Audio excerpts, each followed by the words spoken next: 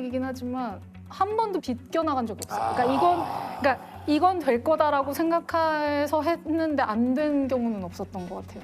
소녀시대 샤이니 FX, 엑소, 레드벨벳의 크리에이티브 디렉터로 아이돌 컨셉 장인이라 불리다 하이브 신규 레이블 대표가 된 우리 민희진 대표님이십니다. 안녕하세요. 반갑습니다. 저희가 얘기 들어보니까 1년 전부터 좀 섭외를 꾸준히 대표님께 유퀴즈에서 좀 드렸다고 그래요, 그죠? 네. 근데 이렇게 오래 걸린 이유가 있을까요? 뭐 너무 영광이고 감사한데 네. 이제 저는 제작자다 보니까 제작자가 너무 나서면 주인공이 되는 친구들이 이제 약간 가려질 수도 있고 하니까 사실 의도적으로 좀 안 나온 것도 있고요. 비주얼 앤 아트실의 민희진이라고 합니다. 아니 이게 사실은 원래는 이제 SM에서 16년을 일하다 2019년 하이브로 이직을 해서 그러니까 CBO 브랜드 총괄자가 되신 거죠. 인사드립니다. 그리고 이번에 이제 신규 레이블 대표가 되셨는데 제가 이제 대표님에 대해서 좀 소개를 해드리자면 2002년 SM 엔터테인먼트 공채로 입사를 해서 신입 그래픽 디자이너로 일을 시작했어요. 근데 2007년 소녀시대를 시작으로 샤이니 FX, 엑소, 레드벨벳의 컨셉 기획과 비주얼 디렉팅, 아티스트 브랜딩 전략을 주도하는 크리에이티브 디렉터로 활약을 하셨고요.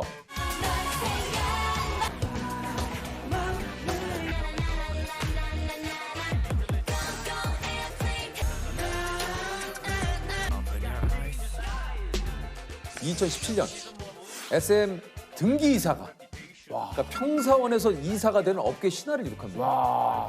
저는 SM에서 이제 크리에이티브 디렉터로 있었다라고 생각하시면 되는데 그냥 제가 했던 직무 자체가 좀 특이했던 것 같기는 해요. 그러니까 왜냐하면 이제 저는 그래픽 디자이너 출신인데 나중에 뮤직비디오까지 이제 총괄을 했고 디자인만 잘해야지가 아니라 이 친구들이 어떤 그룹으로 보여지는 게 이제 장기적으로 봤었을 때 굉장히 좋을까라는 고민을 하기 시작하면 그러면 이제 한 큐에 끝날 수가 없단 말이에요. 그럼 이제 첫 번째 음반은 이런 모습이 됐으면 좋겠고 두 번째 음반은 이랬으면 좋겠고 이제 저 혼자 내러티브를 쭉 만들어 보는 거거든요. 이제 그러면서 이제 최종 골까지의 어떤 이제 제가 그리는 모습을 생각을 하는 거고 그냥 단순히 시각적인 어떤 구현에 머무르지 않고 그러니까 그 음반을 완결성 있게 만드는 작업 그렇게 표현할 수 있을 것 같기는 해요.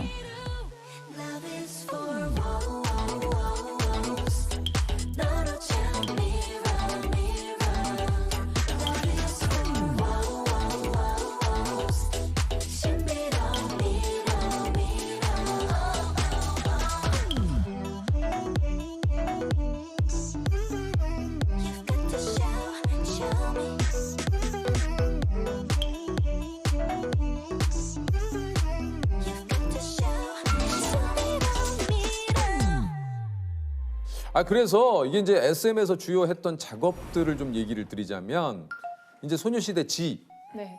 요 이제 그 흰 셔츠에 바지 약간 좀 스키니지. 색깔별로 좀 다른 느낌이에요. 네. My first love story. My angel and my girls, my sunshine. Let's go. 너무너무 멋져 눈이 부셔 숨을 못 쉬겠어 달리는 girl. 소녀시대가 나오기 이전의 걸그룹은 제가 생각했었을 때 약간 정형화된 어떤 느낌들이 있었거든요. 닿을 수 없는 미소녀? 뭐 비현실적인 그런 느낌이 있었는데 약간 그랬죠. 네. 네. 그러니까 고민을 하다 보면 이게 사람들이 실증을 금방 느끼잖아요. 근데 그 실증이 어떤 논리로 이루어지냐면 이렇게 정반 합으로 보통 이렇게 정리가 돼요. 그러니까 네. 정이 있으면 거기에 대한 반이 생기고 생기고, 그 그렇죠. 다음 단계에서는 합이 생기거든요. 꼭. 그리고 다시 정반합이 또 이어져요. 네네네. 그러니까 뭐 해겔이 괜히 그런 논리를 근데 만드는 게 해결까지 가면은 저희가 좀 힘들고요. 죄송한데 희진님 희진님, 해결까지 가면 내가 정반합까지는 어떻게 정리를 해보는데 희진님 저는 정반합도 해결까지- 정반합도 힘듭니다. 그러니까 그런 심리 과정을 좀 거치는 것 같다. 네, 그래서 예. 이전에 반이 뭘까를 생각했었을 때 굉장히 내가 친근한데 그리고 화장기를 뺀 되게 담백한 왜냐하면 음악 자체가 굉장히 프레시했기 때문에 그렇죠. 음악이 너무 좋았어요. 네, 그런 것들을 좀 극대화하려면 아예 그냥 반대로 그냥 빼자. 그래서 사실 그 디테일에 굉장히 신경을 쓰긴 해요. 예를 들면 흰 티셔츠에 청바지도 어떤 티셔츠에 어떤 핏이냐에 따라서 굉장히 달라지거든요. 그런 맥락을 굉장히 고민을 많이 했었었고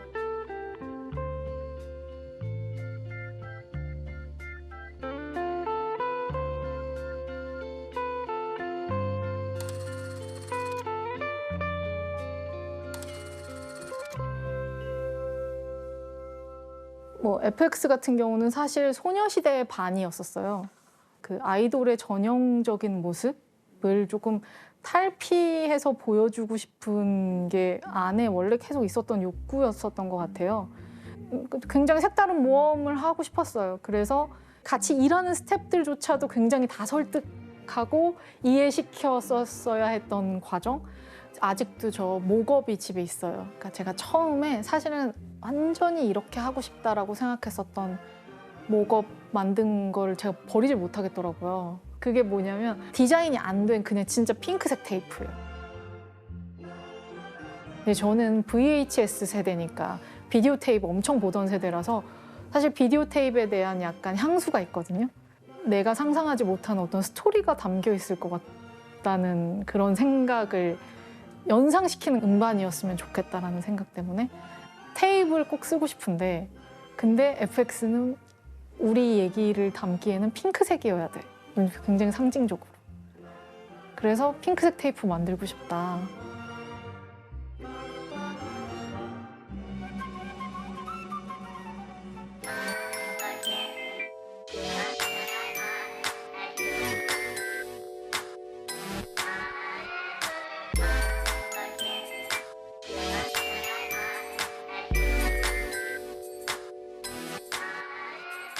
어쨌든 제가 표현하려고 했던 그림 자체가 이 친구들을 잘 모르는 상태에서 하루 만에 딱 붙어가지고 하루 만에 촬영하기가 조금 힘든 내용이라고 생각했거든요.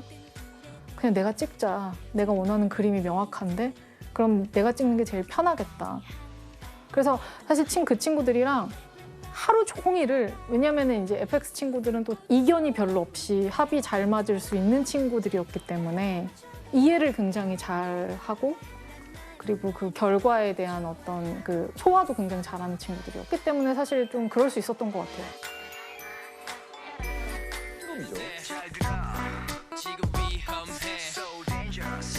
어떻게 교복을 생각하셨어요? 그 정말 음악 듣자마자 일단 너무 좋았고 으르렁이라는 제목도 저는 좀 재밌었고 으르렁이라는 게 약간 청춘의 너무 상징 같잖아요.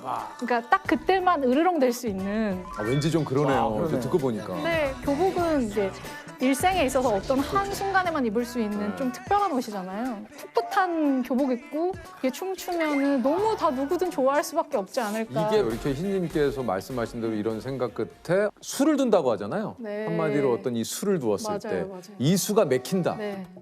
시장이 반응을 한다. 네. 많은 분들이 이것에 또 열광을 한다. 아, 이럴 때 느끼는 그 엄청나요. 그리고 그게 저는 좀 이상한 얘기긴 하지만 한 번도 비껴나간 적이 없어요. 그러니까 이건 될 거다라고 생각해서 했는데 안 된 경우는 없었던 것 같아요. 총괄이사에 올랐는데 다음 해에 퇴사를 합니다.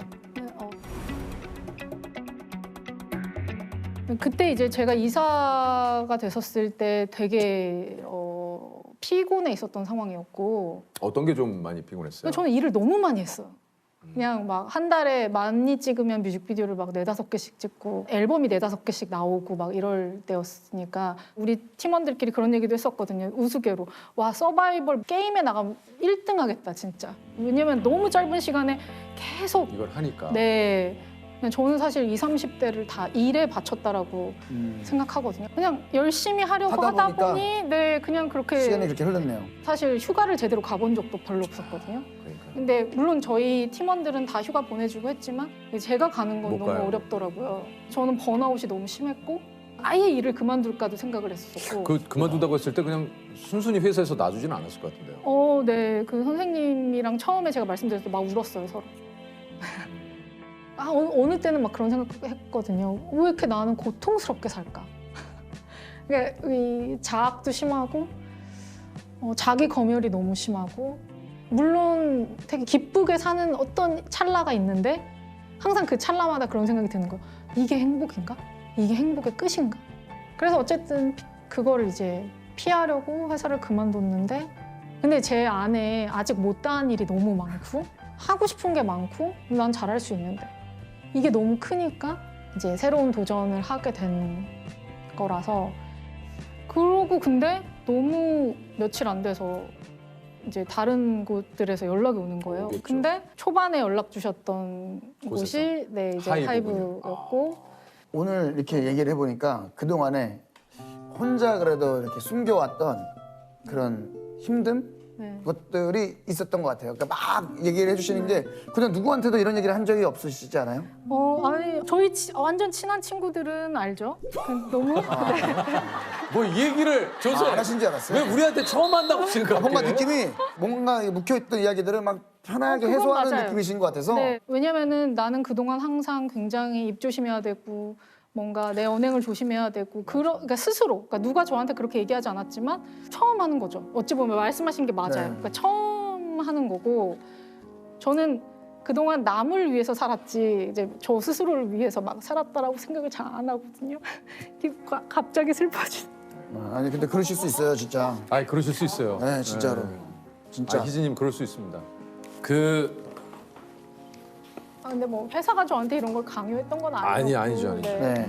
그러니까 어느 정도 저희가 뭐 이렇게 희진님하고 잠깐 얘기를 한다고 해서 뭐 희진님에 대해서 다 할 수는 없어요. 그러나 희진님이 왜 지금 갑자기 또 이렇게 울컥하셨는지도 조금 알 것 같은 생각이 듭니다. 제가 그냥 막 원래 고민이 많은 네. 성격이고. 그리고 아니 근데 제가 보기엔 네. 그냥 그만큼 열심히 사셨기 때문에 흘리는 거예요. 그렇죠. 엄청 열심히 살았죠. 당연하죠. 그렇게 열심히 살았기 때문에 오늘 희진님이 계신 거예요.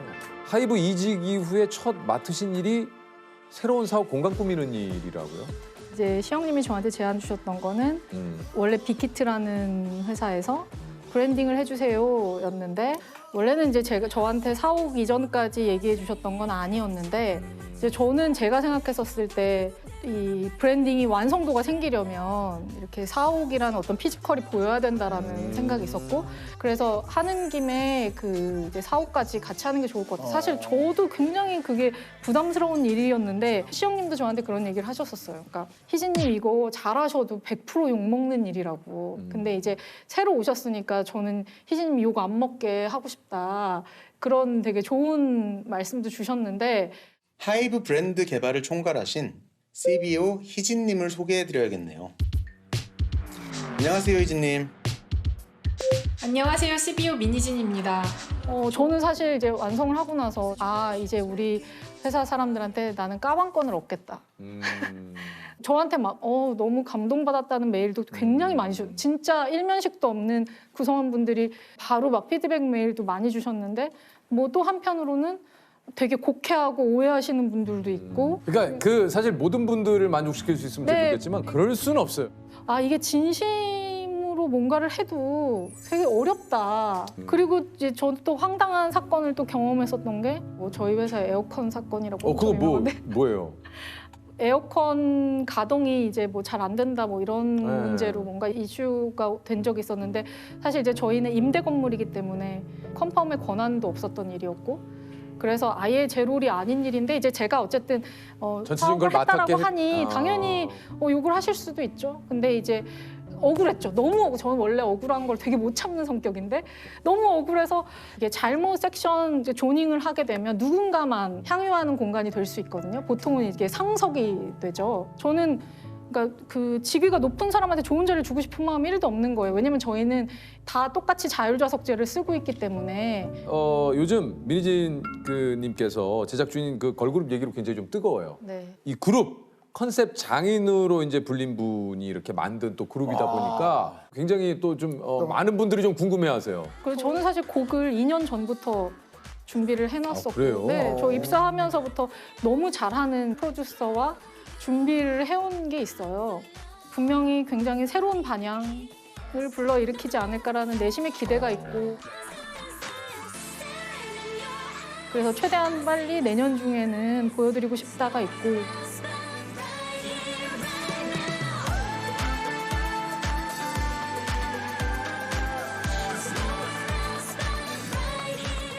데뷔하는 친구들의 부모님이랑도 이제 만나 뵀었는데 너무 신기하게 부모님들이 저랑 나이가 되게 비슷하세요. 아마 네. 그러실 거예요. 네. 좋은 이모가 되고 싶고 좋은 엄마가 돼주고 싶은 거예요. 믿고 맡겨서 즐거운 시간을 보낼 수 있게. 그래서 우리 친구들한테도 이제 아이돌 산업이라는 게 사실 어린 친구들로 이제 일을 이렇게 만들기 때문에 저는 이게 일하는 과정이 사실 저는 일이 아니라 그 친구들한테는 훈육이라고 생각을 해요. 제작자로서 책임감이 굉장히 남다르다라고 생각도 들고 그런 면에서 이제 이 친구들이랑 저는 좀 친해져야 되겠다라는 생각이 있어서 제가 이제 한 명씩 주말마다 저희 집에 불러가지고 이제 요리도 해주고 같이 산책도 하고 그냥 좀 친해지는 시간을 좀 가져봤거든요. 아 육아가 근데 너무 어렵더라고요. 되게 이제 어찌 보면 큰 친구들인데 10대 네. 친구들인데도 그냥 세대 차이가 그래도 있잖아요. 그렇죠. 제가 남이 불러줘서 쓸 때 되게 듣기 좋은 단어가 2개가 있더라고요. 우리 업계에서. 그게 하나는 세계관이고 하나는 아티스트라는 말이었거든요. 자연스럽게 아티스트가 되는 과정을 만들어주고 싶은 거예요. 미숙한데 진짜 노력을 많이 하거든요. 그러니까 저도 제가 몇 개를 잘하면 아 나는 자기증명이 끝날 줄 알았거든요. 근데 자기증명은 끝없이 이어지더라고요. 사실은 장벽이 더 커지는 거라서 그러니까 그냥 내가 나를 계속 이겨야 되는 게임이 되거든요. 그러면 여기서 제일 필요한 건 진짜 책임감이에요. 엄청난 책임감이 바탕이 돼야 안정감 있게 모험할 수 있거든요. 내가 직접 부딪혀서 새롭게 해내야 될 일을 해야 될 사람들을 설득하고 얘기해보고 그리고 이게 안 됐었을 때의 대안까지도 다 보험을 만들어야 돼요. 저는 사실 그렇게 일하는 편이긴 했거든요. 막중한 책임감 그리고 내가 실제로 그걸 해낼 수 있는 약간 투쟁심? 투쟁이라고 표현하면 좀 그렇지만 사실 투쟁과 좀 비슷하거든요.